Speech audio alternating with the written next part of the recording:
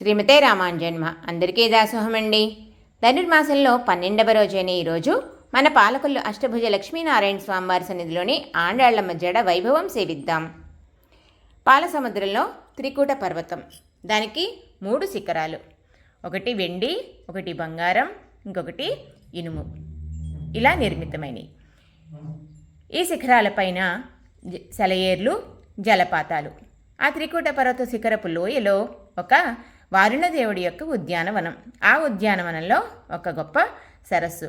ఆ సరస్సులో నల్ల కలువలు, ఎర్రని తామరలు, తెల్ల కలువలు, బంగారు రంగులో పద్మాలు, ఇంకా మొసళ్ళు, తాబేళ్ళు, చేపలు, ఇలా ఉంది ఆ సరస్సు అంతా. అక్కడికి వచ్చాడు ఒక గజేంద్రుడు, ఏనుగులకి నాయకుడు.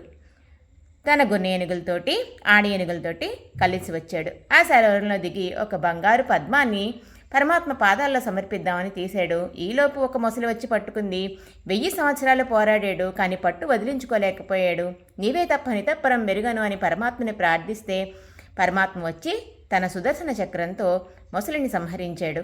పోతన గారి భాగవతంలో చెప్పినట్టు పరమాత్మ పాదాల్లో ఆ శ్రీ పుష్పాన్ని సమర్పించినాడే, ఆయన్ని కదా మనం శ్రీమంతుడు అంటాం గజేంద్రుణ్ణి.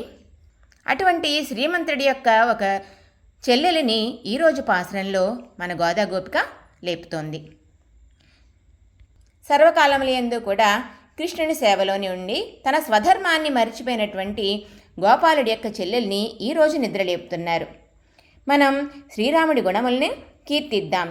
లేచిరా, తలుపు తెరవలసింది, గొప్ప శ్రీమంతుడి చెల్లెలా అంటూ సంబోధిస్తున్నారు ఈరోజు పాసురంలో గోపికని. శ్రీమతే రామానుజాయ నమః.